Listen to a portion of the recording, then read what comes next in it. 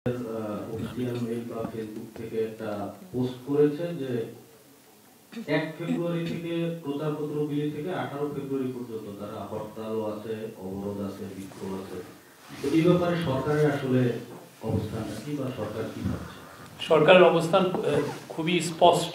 আওয়ামী লীগের, আপনি জানেন যে আওয়ামী লীগের টপ লিডারশিপ, আওয়ামী লীগের অনেকেই এই পুরো জুলাই হত্যাকাণ্ডের সাথে জড়িত, আপনি জানেন। এবং কালকে হিউম্যান রাইটস ওয়াচের আপনারা যদি খুব মনোযোগ দিয়ে রিপোর্টটা পড়েন, ওই রিপোর্টের 17তম পাতায় আছে, সেখানে স্পষ্টভাবে তারা লিখেছে যে শেখ হাসিনা নিজেই ডাইরেক্টলি অর্ডার দিয়েছেন এনফোর্স ডিসঅ্যাপিয়ারেন্স, মানে গুমের এবং কিলিংয়ের।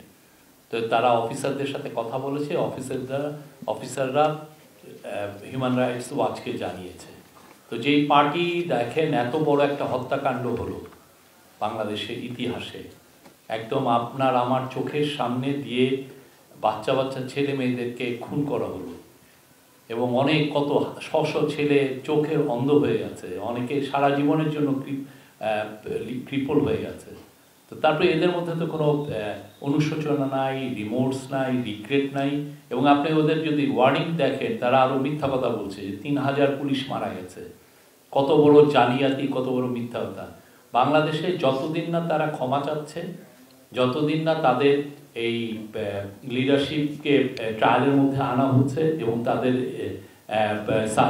সাবমিট টু জাস্টিস, এবং তাদের যতদিন না তাদের অ্যাকাউন্টেবিলিটির মধ্যে আসছে, ততদিন তাদের কোনো প্রোটেস্ট করার আসলে করতে দেওয়া হবে না।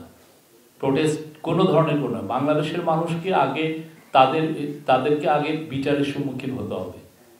আমাদের স্পষ্ট অবস্থান এখানে।